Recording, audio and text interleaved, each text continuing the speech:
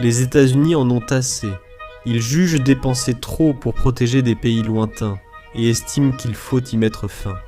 Cet argent doit défendre l'Amérique chez elle, donc quitter totalement l'OTAN. Nous allons expliquer ce qui se passe ensuite dans l'épisode d'aujourd'hui de The Infographics Show, alors que nous explorons le destin de l'OTAN sans les États-Unis, jour après jour. Jour 1. C'est une décision qui se prépare depuis 1 an. Les États-Unis ont invoqué l'article 13 du traité de l'OTAN, en notifiant leur retrait aux autres membres. Ironiquement, les États-Unis se sont adressés à eux-mêmes pour cet avis, conformément à l'article 13, avant de diffuser l'information aux 31 autres membres de l'OTAN. La nouvelle était énorme, mais la lenteur du processus laissait espérer aux dirigeants européens un possible changement d'avis du président américain. Au cours d'une année, ils verraient à quel point l'OTAN était précieuse, tant pour la défense de l'Amérique que pour sa capacité à projeter sa puissance et son influence sur le reste du monde. Après tout, l'Amérique n'était-elle pas la seule nation à avoir jamais déclenché l'article 5 du traité de l'OTAN, demandant aux autres de venir à son aide après les attentats du 11 septembre 2001 sur son territoire? Cela devait bien signifier quelque chose, non? Malheureusement pour le reste de l'OTAN, les États-Unis ne changent pas d'avis. La période de dénonciation d'1 an prend fin, et les États-Unis commencent à se préparer activement à leur retrait de l'OTAN. Cela commence par les bases militaires que l'Amérique a disséminées à travers l'Europe. Les signaux d'alarme retentissent dans les états-majors de ces bases militaires. De nombreuses bases sont accueillies par d'anciens alliés de l'OTAN des États-Unis. Du personnel militaire américain est présent en Allemagne, Pologne, Royaume-Uni, Belgique, Norvège, Espagne et Portugal. Plus de 40 bases s'étendent du Groenland, appartenant au Danemark, OTAN, jusqu'à la frontière Turquie-Russie. Ils commencent tous à fermer dès le 2e jour. La fermeture avance plus vite que quiconque aurait pu l'anticiper. Tout commence avec le retrait des 20 000 soldats américains, envoyés dans les petits états de l'OTAN, proches de la Russie et la Biélorussie. Les 20 000 soldats américains basés surtout dans les États baltes, en Pologne et en Roumanie, ne partent pas tous simultanément. Le retrait complet prend du temps, mais ils partent. D'autres retraits similaires débutent aussi dans des bases américaines en Europe. L'Allemagne perd de nombreux membres du personnel américain parmi les 39 000 stationnés sur son sol. Des centaines des 10 000 soldats américains au Royaume-Uni repartent entassés dans des navires et avions. Les 13 000 soldats américains d'Italie rentrent aussi. Le retrait total des forces américaines prendra plusieurs mois. Ensuite, les Européens de l'OTAN perdront entre 75 000 et 105 000 soldats américains de terre, mer et air. Mais il y a un avantage pour les membres européens de l'OTAN. Les soldats américains repartent, mais laissent des milliards d'infrastructures. Les États-Unis ne peuvent pas simplement démonter ou rapatrier leurs bases, ayant beaucoup investi dans celles de l'OTAN en Europe. En 2022, l'Amérique a investi 38 milliards de dollars dans l'European Deterrence Initiative, puis 42 milliards en 2023. La plupart de cet argent a financé des aérodromes, entrepôts et centres d'entraînement que les États-Unis abandonnent. Bien sûr, les entrepôts seront progressivement vidés des armes américaines dans les mois à venir, mais ils sont tous situés sur des terrains appartenant à l'Europe. Les États-Unis ne peuvent pas justifier ni détruire les infrastructures construites après tant d'efforts, mais ils économisent un peu d'argent. Ils ont financé 66% des 25 milliards de dollars annuels pour ces bases, les alliés couvrant les 34% restants. Ces alliés de l'OTAN couvrent désormais tous les coûts, économisant 165 milliards de dollars par an aux États-Unis. Une goutte d'eau pour un pays dépensant plus de 840 milliards par an en défense. Jour 10. Le retrait avance, et les dirigeants européens de l'OTAN paniquent. Malgré 1 an pour se préparer, ils restent pris au dépourvu. C'est assez typique de l'Europe. L'Union européenne, fréquemment prise dans des débats, a vu de nombreux échanges sur la marche à suivre si les États-Unis se retiraient, du fait du chevauchement entre l'Union européenne et l'OTAN, mais peu d'actions concrètes. 10 jours après le retrait américain de l'OTAN, les discussions s'intensifient. Les dirigeants européens, dont ceux de la France, du Royaume-Uni et de l'Allemagne, se réunissent à Bruxelles pour discuter de la suite. Certains ont des plans. L'Allemagne se prépare à contrôler les bases, tandis que les États-Unis, le Royaume-Uni et l'Italie se retirent. Tous ces pays évoquent les changements apportés à leurs armées pour utiliser les infrastructures laissées par les États-Unis. Mais les disputes commencent déjà. Les États baltes s'inquiètent de la perte des 20 000 soldats américains stationnés chez eux, ce qui les affaiblit fortement. Au total, la Lituanie, l'Estonie et la Lettonie comptent environ 48 000 soldats. Cette force combinée reste trop faible face aux plus de 13 millions de soldats russes mobilisables dans ces pays. Les États baltes affirment aux dirigeants de l'OTAN qu'ils sont l'avant-garde et la première défense contre la principale menace, mais qu'ils manquent cruellement d'équipement. Ils manquent de troupes et d'équipements. Mais comme souvent en Europe, aucun engagement immédiat n'est pris. Le Royaume-Uni, la France et l'Allemagne ont promis d'envoyer des soldats dans les pays baltes sans préciser le nombre ni la date d'arrivée.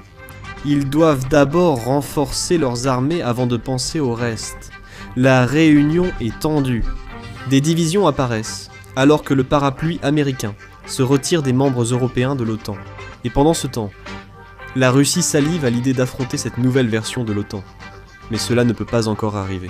Mais dans les mois à venir, nous commencerons à voir la Russie faire des mouvements intéressants, qui affaibliront encore davantage l'OTAN en Europe. Jour 14. Les membres européens de l'OTAN subissent un nouveau coup dur. Les armes nucléaires et les troupes américaines partent. Le programme de partage nucléaire de l'OTAN existe toujours. Les États-Unis, principaux contributeurs, avaient déployé des armes nucléaires en Belgique, Italie, Allemagne, Turquie et Pays-Bas avant leur retrait.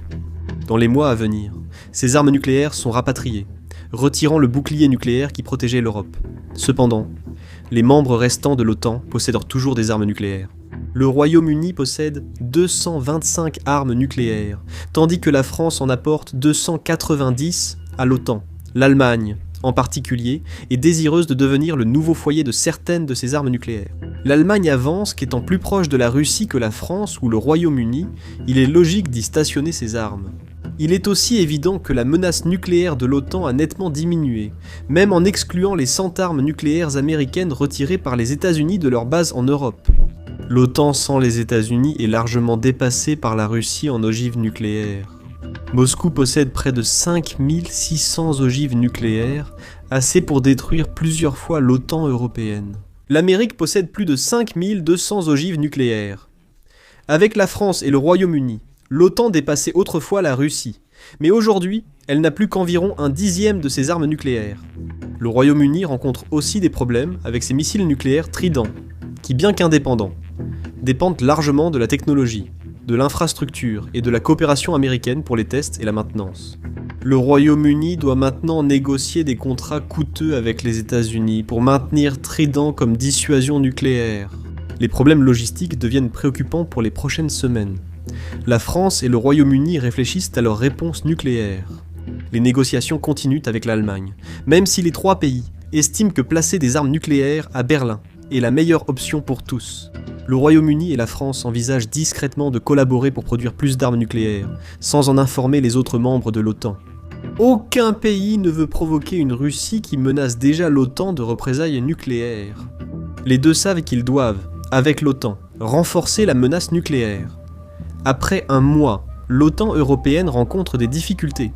La perte des troupes américaines stationnées en Europe a eu de lourdes conséquences. La plupart des membres européens de l'OTAN ont été contraints de se démener pour repeupler les bases militaires abandonnées par les États-Unis.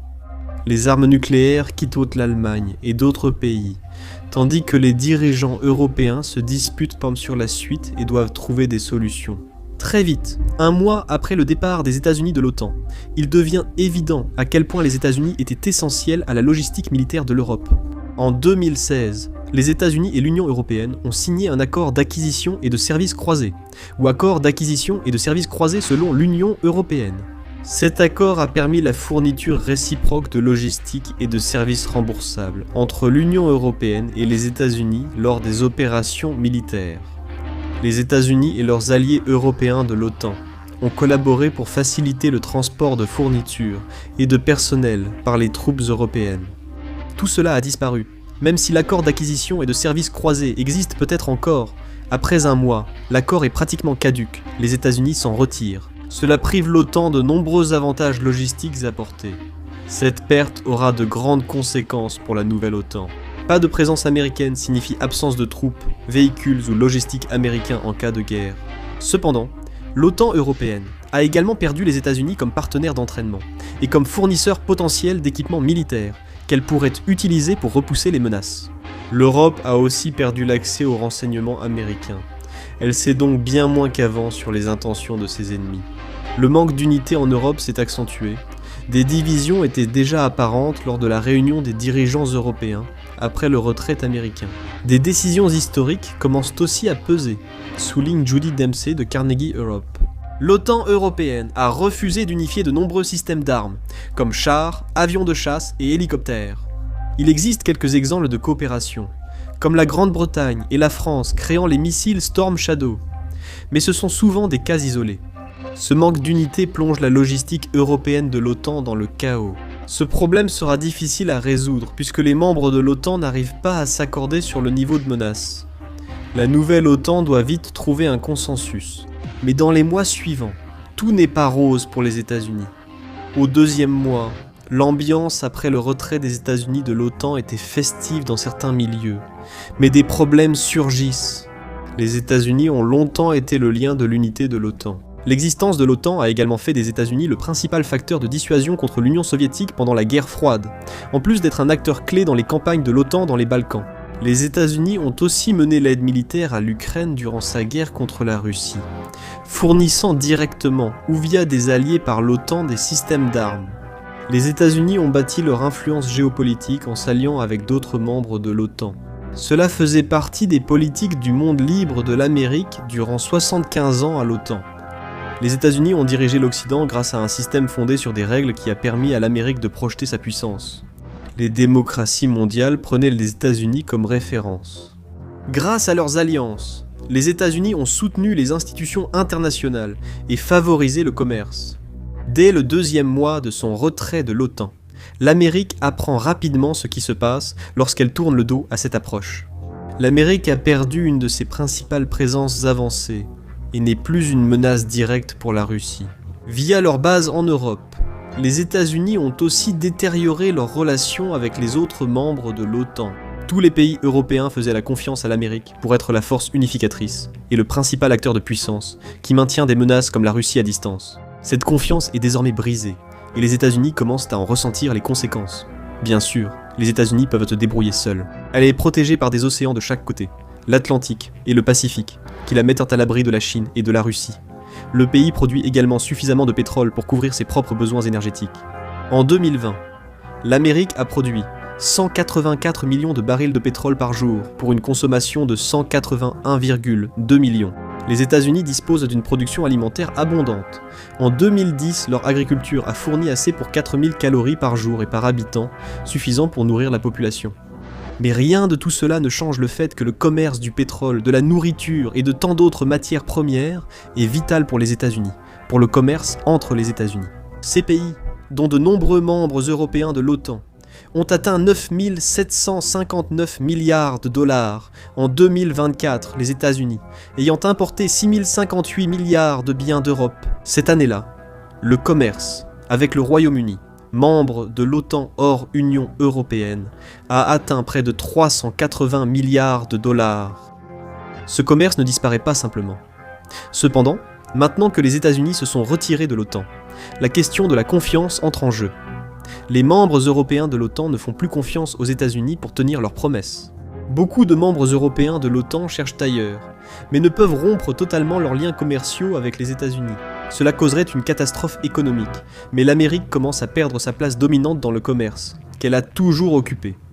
Un domaine en particulier lui cause cette douleur. Mois 3.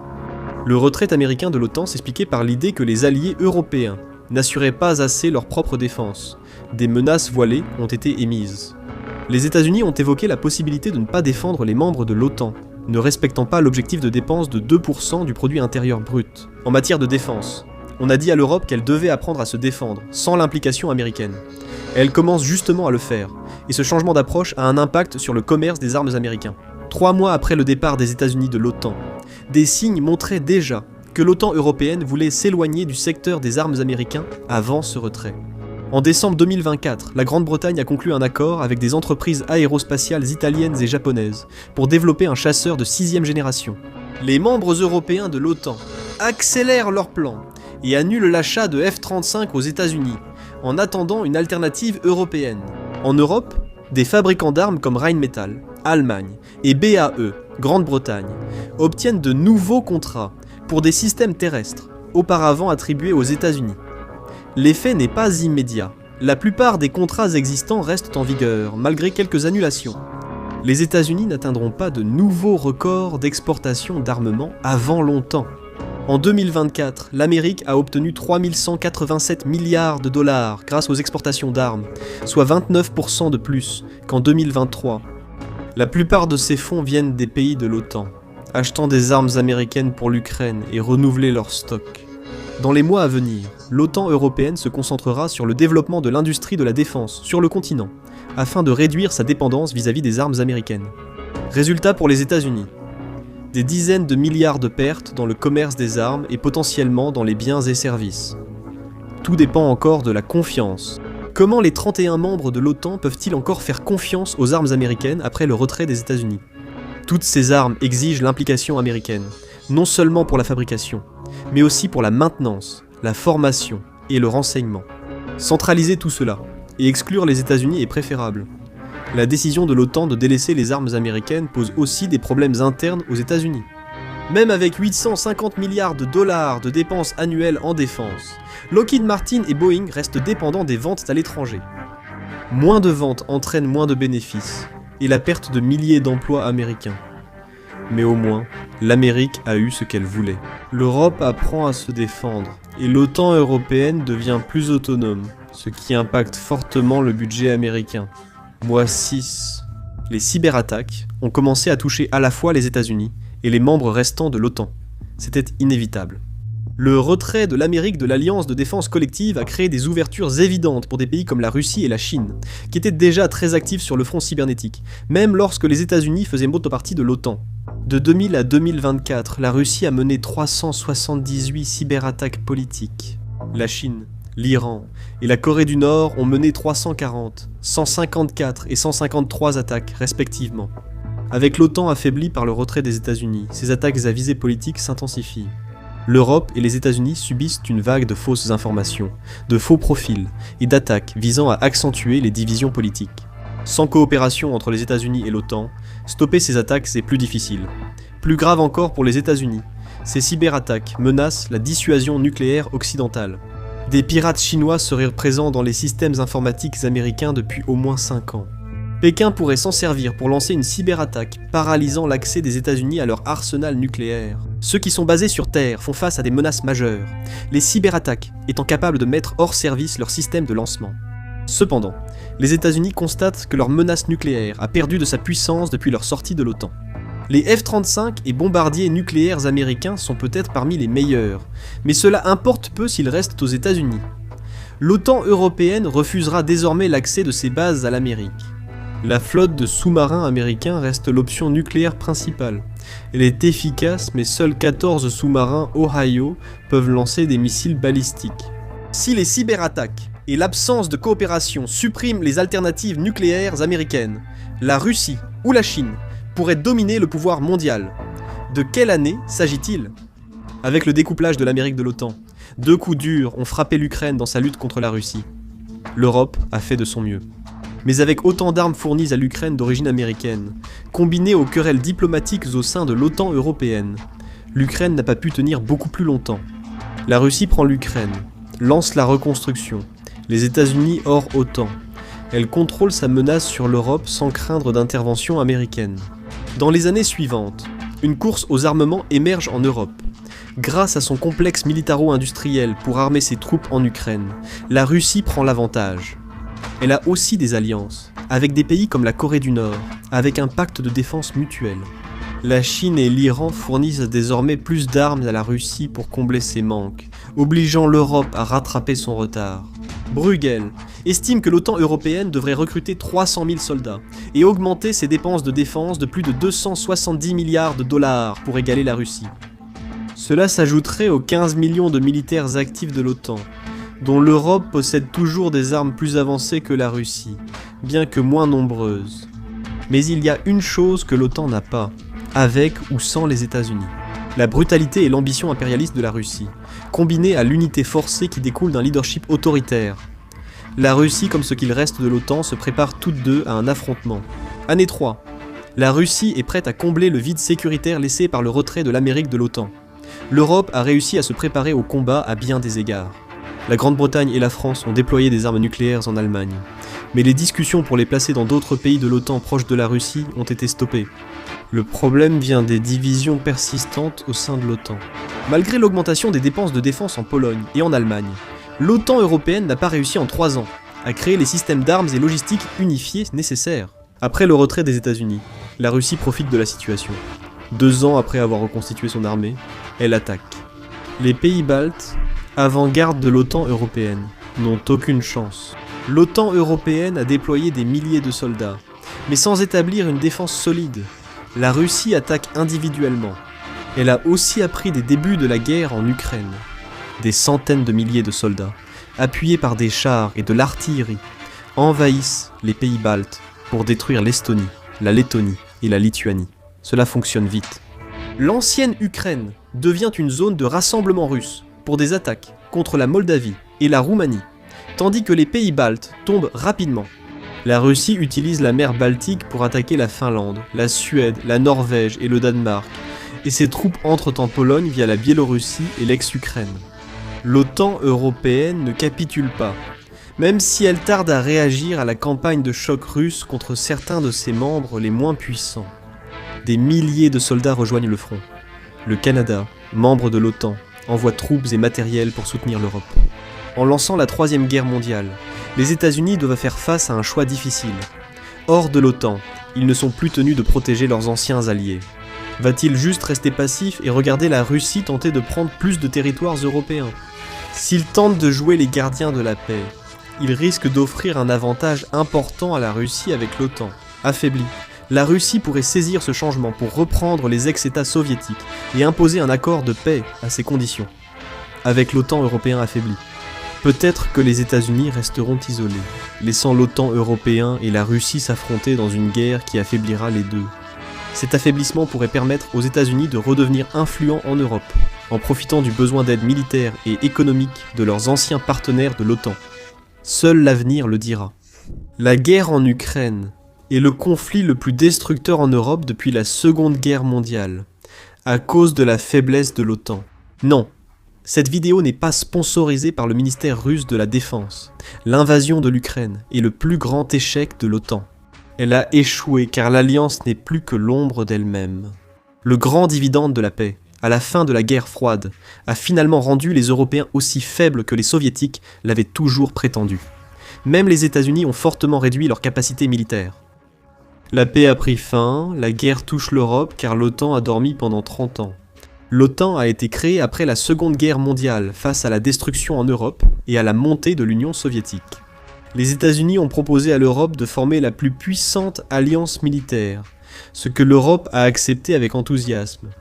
Et si vous payez la majeure partie, l'OTAN a été créée pour garantir la paix en Europe et éviter une troisième guerre mondiale encore plus désastreuse. La politique de confinement et de dissuasion de l'Union soviétique était une priorité absolue pour tous ceux qui n'aimaient pas l'idée de transformer le monde en un jeu de rôle post-apocalyptique permanent.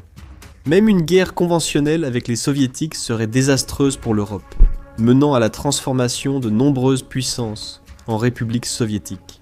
C'est pourquoi les États-Unis étaient essentiels à l'Alliance, devant stationner une grande partie de leurs forces en Europe. Sinon, il faudrait des mois pour constituer une puissance militaire significative en Europe. D'ici là, les hordes soviétiques auraient déjà envahi la majeure partie du continent. L'Alliance voyait les États-Unis non seulement comme une protection contre l'invasion soviétique, mais aussi comme un rempart contre un autre mal. Pendant la majeure partie toute son histoire, l'Europe a lutté contre le nationalisme durant la première moitié du XXe siècle. La montée du nationalisme en Europe a conduit à 2 guerres catastrophiques. Après la Seconde Guerre mondiale, les États-Unis et l'Occident, épuisés et choqués, redoutaient une nouvelle montée du nationalisme. Maintenant, certaines trilogies sont Le Seigneur des Anneaux, Alien, mais d'autres trilogies sont des crimes contre l'humanité, Le Hobbit et les guerres mondiales. Personne ne souhaitait qu'une guerre renaisse du passe-temps européen. Élire un dictateur, puis attaquer ses voisins avec des chars. Les États-Unis, devenus un léviathan hobbesien bienveillant, étaient vus comme un rempart face au nationalisme en Europe. L'OTAN allait rendre les États-Unis fortement impliqués dans la sécurité européenne, garantissant qu'ils ne se désintéressent pas à nouveau. et qu'ils ne repartent pas de l'autre côté de l'Atlantique, comme ils l'avaient fait pendant une grande partie du siècle précédent. Les Américains restaient très sceptiques face à une nouvelle implication en Europe après 2 guerres mondiales. Et l'isolationnisme a toujours été profondément ancré en Amérique, grâce à la sécurité que lui procurent 2 océans séparant le pays du reste du monde.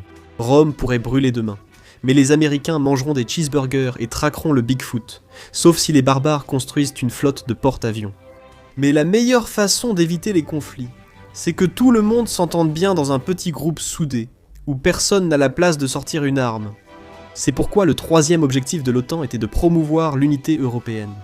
Après 2 guerres mondiales et des siècles de conflits, les plus grands esprits militaires et politiques d'Europe se sont réunis pour débattre de son avenir.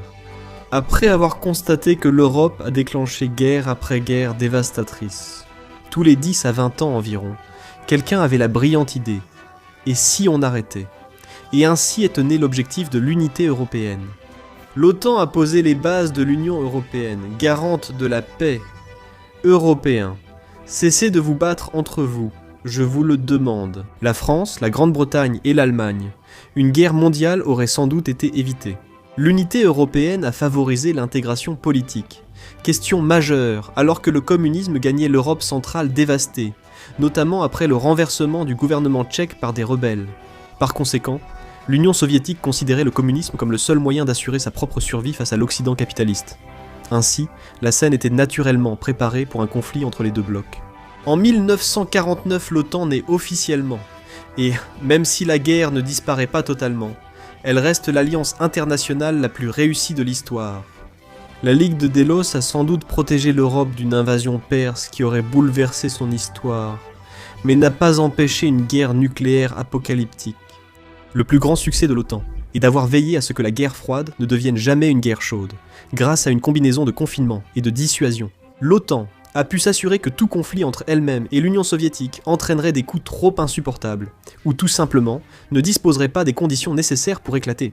Sans l'OTAN, une Europe fragmentée aurait été déchirée par la lutte entre l'Ouest capitaliste et l'Est communiste, créant un cauchemar de poudrière potentielle qui pourrait annoncer les festivités d'ouverture de la 3e et dernière guerre mondiale. La principale force de l'OTAN était d'afficher une unité face à l'expansion et à l'influence soviétique, même si cela signifiait parfois que les États membres adoptaient des mesures antidémocratiques pour réduire au silence les pro-communistes.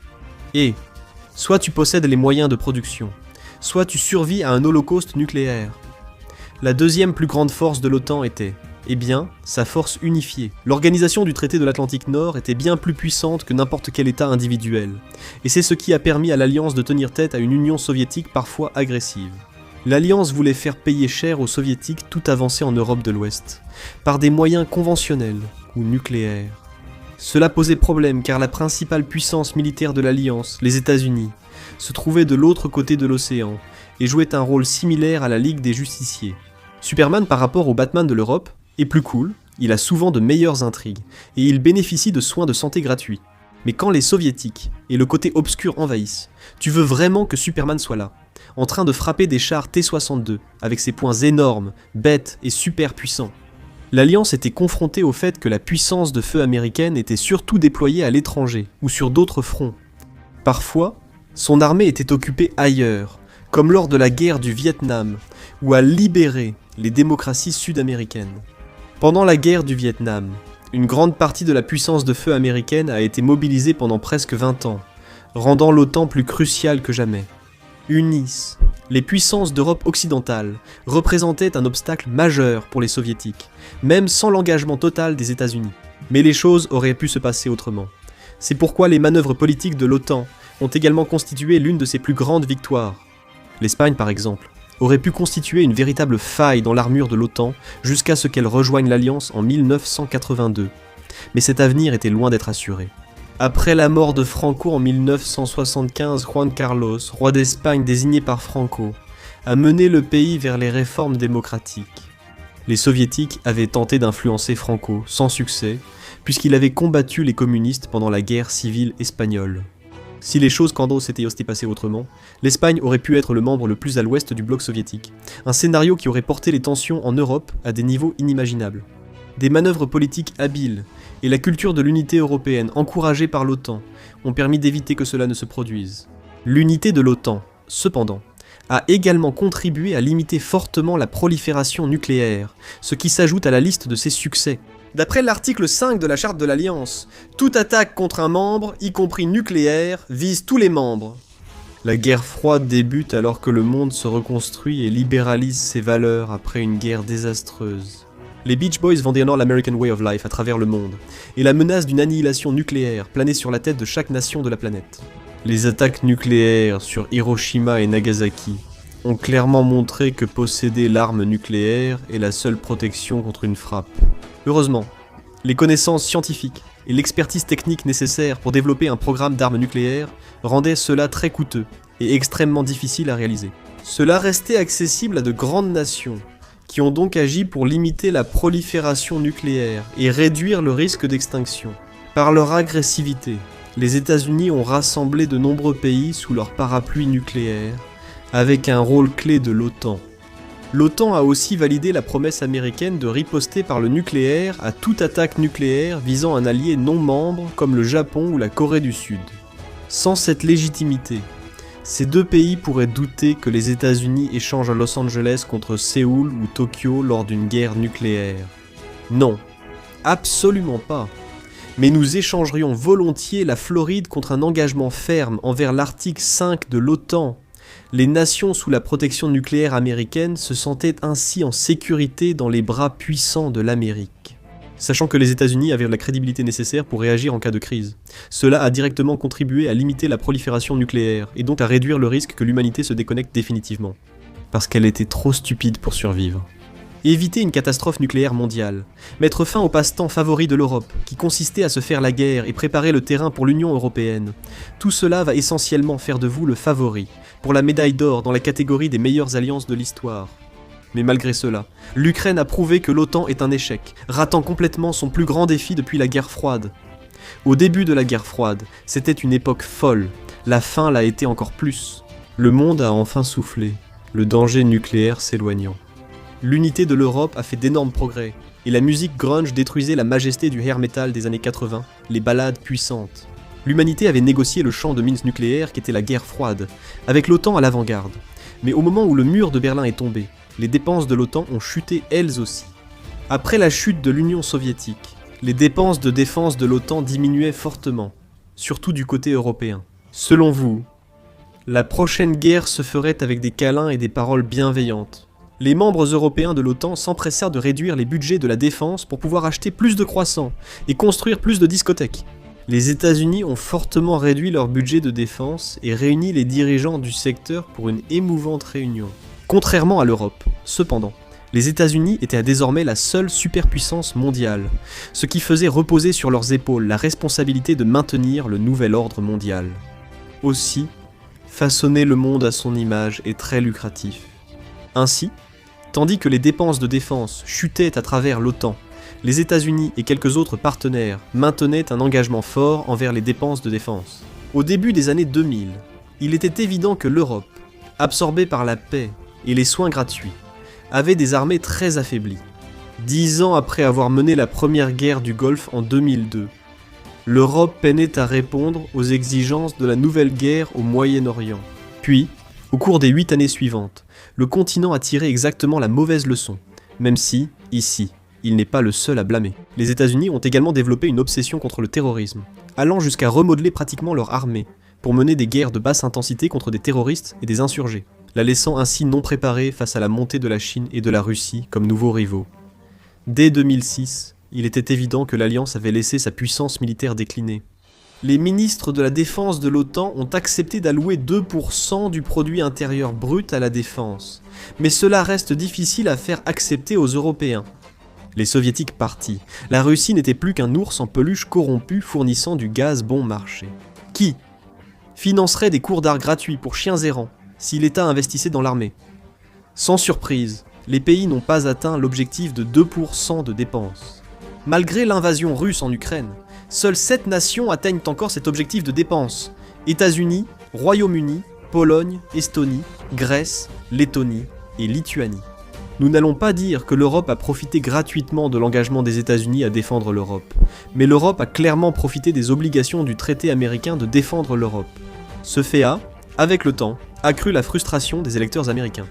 La stabilité de l'Europe est essentielle à la sécurité nationale des États-Unis, qui tire de grands avantages politiques et financiers d'une Europe pacifique. Les investissements militaires américains assurent la paix, profitant à l'Europe et aux États-Unis depuis des décennies. Cependant, il serait bien de voir l'Europe commencer à payer sa propre défense. L'invasion russe de l'Ukraine a montré ce que de nombreux analystes occidentaux de la défense savaient déjà. L'Europe a laissé ses capacités militaires décliner dangereusement pendant des années. L'Allemagne ne peut satisfaire les besoins de la force de réaction rapide de l'OTAN, sans puiser dans sa propre armée pour pièces et personnel.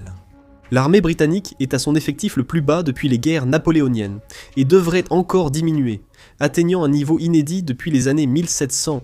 L'armée française, sans doute la mieux préparée d'Europe, reste mal adaptée à une guerre moderne d'attrition comme celle en Ukraine.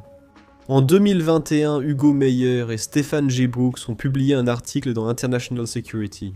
Ils affirmaient que les Européens ne pouvaient défendre leur continent sans l'aide directe des États-Unis. Ils affirment que les faiblesses de la défense européenne exigent un effort long et considérable pour être corrigé. Ils affirment que, malgré la supériorité de l'Europe sur la Russie en produit intérieur brut population, défense et technologie, la Russie reste un adversaire crédible face à une Europe unie.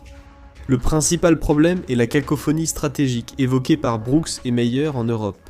Pour faire simple, les experts européens en sécurité de l'époque n'arrivaient pas à se mettre d'accord sur la menace à laquelle il fallait accorder la priorité, ni sur les capacités à développer pour y faire face. Compte tenu de tous ces problèmes, l'article affirmait que l'Europe dépendait fortement des États-Unis comme garant de sa sécurité, et était incapable d'assurer sa propre défense. L'article a alors suscité de vives critiques, y compris au-delà des Européens. Meyer et Brooks ont défendu l'implication des États-Unis dans la sécurité européenne, tout en étant critiqués par des Américains.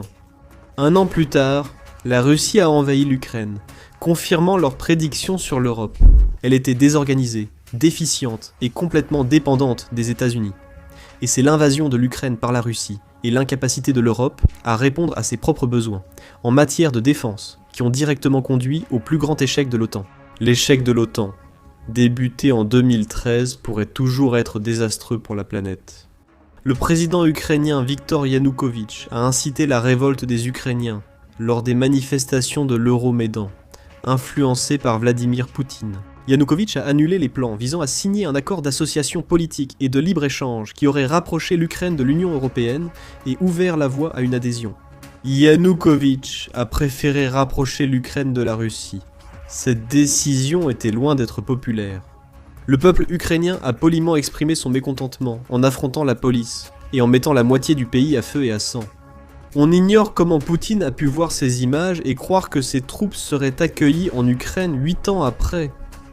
Apprends à lire une salle, Vladi.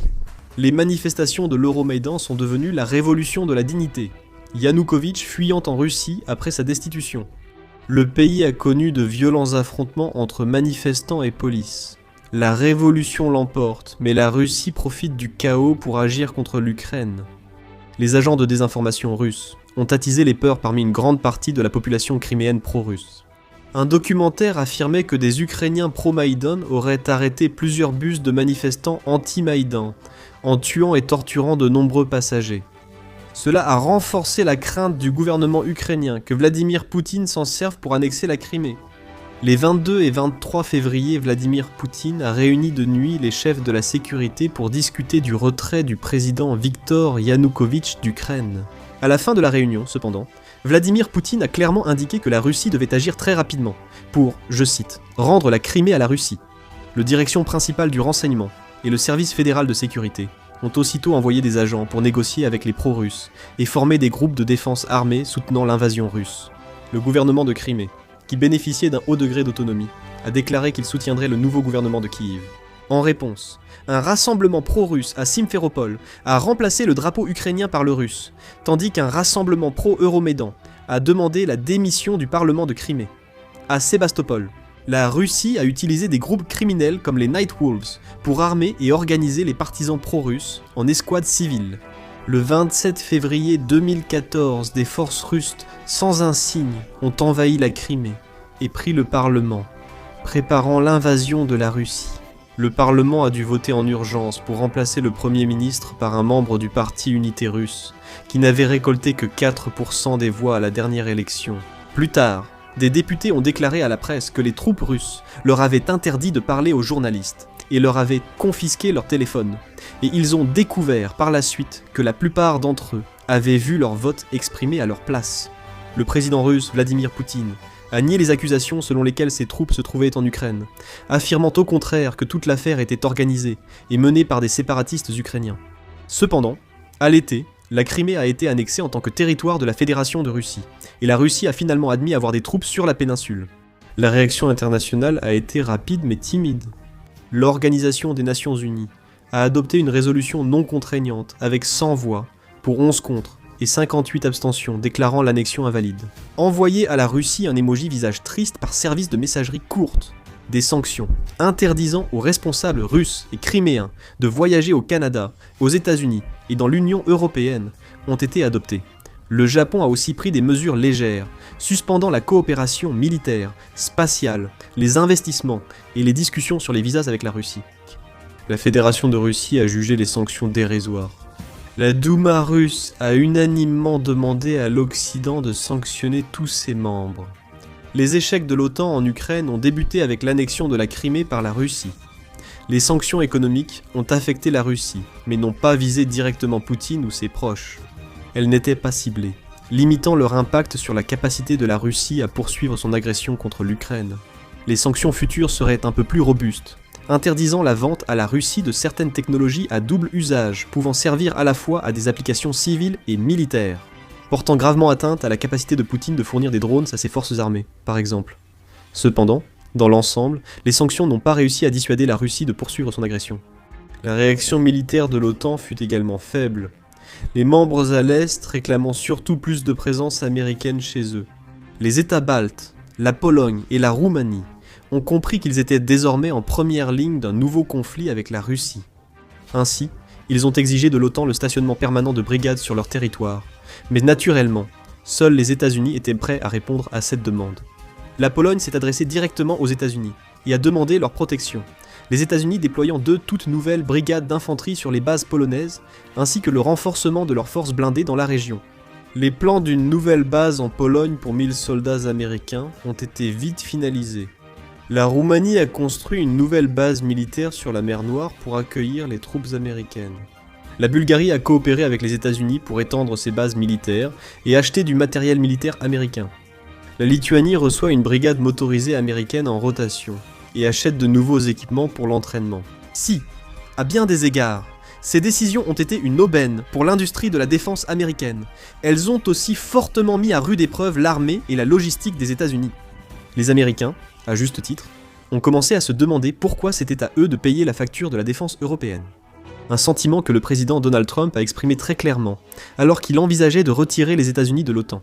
L'absence d'une force de dissuasion militaire crédible aux frontières de l'OTAN a permis à Poutine d'agir presque en toute impunité lors de son invasion de la Crimée, tout comme les divisions entre les membres de l'OTAN concernant la Russie elle-même. Les États-Unis et les pays baltes, aux côtés de la Pologne et de la Roumanie, réclament depuis longtemps le maintien de la politique de confinement de la Russie en tant qu'adversaire potentiel. Mais le reste des membres européens de l'OTAN ont été extrêmement réticents à coopérer sur toute mesure visant à contenir la Russie. Au lieu de cela, ils ont presque saboté l'OTAN de l'intérieur. L'Allemagne a poursuivi de manière agressive des liens économiques avec la Russie, partant de la fausse hypothèse que des liens économiques étroits rendraient la Russie un voisin plus conciliant. Cependant, malgré les avertissements répétés des États-Unis, l'Allemagne a essentiellement donné à la Russie tout le levier qu'elle désirait sur elle. Elle a accéléré la dépendance énergétique de l'Europe envers la Russie via Nord Stream et a aidé à saboter les sanctions énergétiques après l'invasion de la Crimée en plaidant pour leur suppression. Dans sa soif d'énergie bon marché et de nouveaux marchés, l'Allemagne a tout fait pour remettre à la Russie les clés de l'Europe. La Turquie, la France, l'Italie et la Hongrie ont bloqué les efforts de l'OTAN pour renforcer ses ressources face à une menace russe, voulant des liens financiers plus étroits. Les 4 nations redoutaient qu'une stratégie de confinement et la désignation de la Russie comme menace n'affectent leurs relations économiques avec elle. La Turquie, comme sous Erdogan, est devenue un problème pour l'OTAN en achetant des systèmes de défense russes contre la politique de l'Alliance. Les États-Unis ont exclu la Turquie du programme F-35, ce qui a durablement tendu leurs relations. Depuis, la Turquie oscille entre son engagement envers l'OTAN et ses liens avec la Russie. Quand c'était crucial, l'OTAN était trop préoccupée par ses profits pour dissuader la Russie. L'incapacité de l'OTAN à réagir fermement à l'invasion de l'Ukraine par la Russie a directement ouvert la porte à l'invasion de l'Ukraine en 2022. Mais cette invasion montra que l'OTAN avait encore échoué. Les États-Unis ont prévenu pendant des mois d'une possible invasion russe en Ukraine, mais la plupart des puissances européennes ont accueilli cet avertissement avec consternation. En 2014 déjà, la plupart des nations européennes refusaient de s'opposer à la Russie pour préserver leurs liens énergétiques et commerciaux. Les États-Unis et les membres les plus à l'est de l'OTAN restaient seuls à avertir qu'une invasion russe devenait plus probable. Même quand l'invasion semblait évidente, l'Europe de l'Ouest refusait d'y croire. Encore une fois, les agendas divergents de l'OTAN ont permis à Poutine d'agir librement, aidé par le lobbying de plusieurs membres.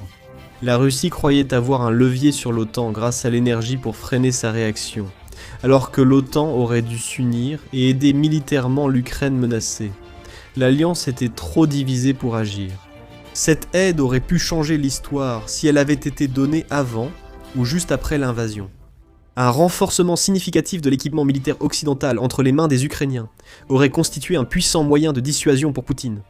Tout comme l'aurait fait la promesse de sanctions immédiates et sévères, même si ces sanctions finiraient par être appliquées. Ils n'ont agi qu'après l'invasion, alors qu'ils auraient dû menacer Poutine avant pour le dissuader. Au début de l'invasion, cependant, l'OTAN a hésité à envoyer du matériel militaire, de peur que le gouvernement ukrainien ne s'effondre sous l'assaut féroce de la Russie. À l'époque, l'Occident croyait encore à la propagande russe et pensait que la Russie pouvait mener une guerre interarmes. Elle organisait un exercice chorégraphié impressionnant, chaque année de l'autre côté de la frontière balte, ce qui souligne un nouvel échec de l'OTAN. Après l'annexion de la Crimée, les États-Unis et certains alliés de l'OTAN ont lancé un programme de formation et de réforme avec l'armée ukrainienne. Ce qui aurait dû se passer, cependant, c'est un engagement total de l'OTAN pour amener l'armée ukrainienne au niveau des armées occidentales. Enfin, celle qui fonctionne réellement, en tout cas. Un réapprovisionnement continu de l'ancien équipement soviétique par du matériel occidental moderne aurait été un moyen de dissuasion plus fort contre une nouvelle agression russe que les sanctions. Lorsqu'il est devenu évident que l'Ukraine tiendrait tête à la Russie, TOX a commencé à fournir à l'Ukraine l'équipement lourd dont elle avait besoin. Pour se défendre contre la Russie, l'OTAN, fidèle à sa tradition d'aider la Russie à gagner, a encore échoué, par crainte d'une escalade imaginaire. L'OTAN a refusé de fournir à l'Ukraine de grandes quantités d'équipements lourds, ce à quoi la Pologne a répondu « Tiens ma pierogie » et a envoyé autant d'équipements lourds qu'elle le pouvait malgré tout. Même les États-Unis semblaient hésiter à blesser les sentiments de Poutine en mettant fin à son génocide du peuple ukrainien, puisqu'il a fallu des mois pour envoyer une quantité limitée d'armes avancées, comme les HIMARS, à l'Ukraine. Mais cela ne s'est pas arrêté là. Alors que l'OTAN ouvrait ses arsenaux à l'Ukraine, c'était comme arracher des dents. Chaque livraison de nouvelles armes devait être longuement discutée et débattue par chaque membre de l'OTAN. On délibérait soigneusement pendant des semaines et des mois pour évaluer à quel point cela blesserait les sentiments de Poutine. Les chars, pourtant indispensables à l'Ukraine, n'ont été envisagés pour l'envoi qu'après près d'un an. Ce n'est qu'après que l'Allemagne ait manipulé l'alliance sur les léopards démentis et changé les objectifs 3 fois, que l'envoi des chars en Ukraine a été approuvé. N'hésitez pas à exclure la Pologne et les États baltes. S'ils dirigeaient l'OTAN, ils auraient donné à l'Ukraine tous les chars disponibles. Dès le 2e jour de l'invasion, la Pologne aurait probablement conduit elle-même le char directement jusqu'à la ligne de front. Cette disharmonie dans l'alliance a causé le plus grand échec de l'OTAN. La situation s'aggrave, l'armée et la capacité militaro-industrielle étant en très mauvais état. Il aurait fallu fournir des armes lourdes dès la reprise de Kiev.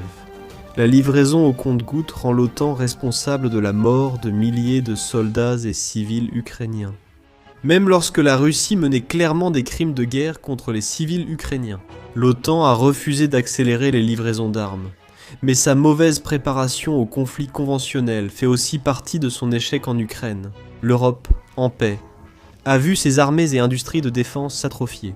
L'échec de l'OTAN à surpasser la Russie en soutien à l'Ukraine est criminel. Les membres européens de l'OTAN ont ralenti les livraisons d'armes lourdes à l'Ukraine en refusant d'utiliser leurs propres stocks actifs. Quand il a été question d'envoyer des Léopard 2 en Ukraine, l'Europe s'est empressée d'évaluer combien elle pouvait en fournir.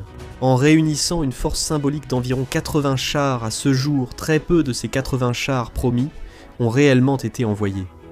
Et là, nous devons nous demander pourquoi si peu de chars.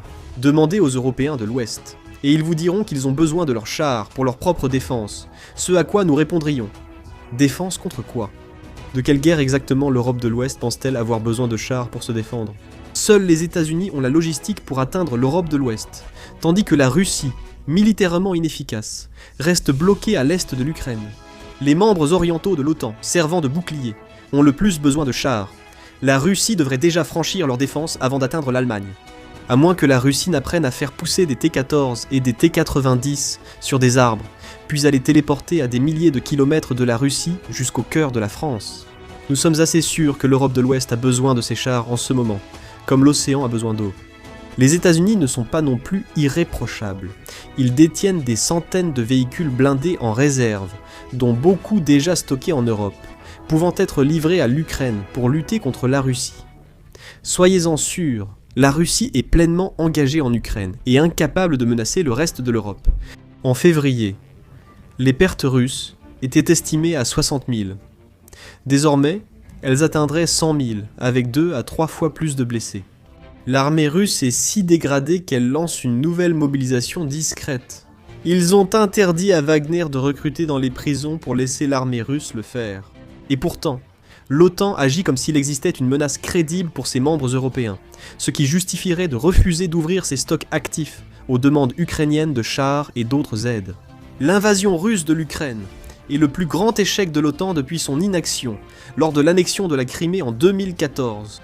Un échec à se préparer correctement à une guerre conventionnelle, un échec à dissuader l'invasion de l'Ukraine en 2022, et un échec à mettre rapidement fin à la guerre en fournissant à l'Ukraine de grandes quantités d'équipements dont elle avait cruellement besoin, au lieu de prendre les mesures décisives nécessaires pour arrêter Vladimir Poutine net dans son élan.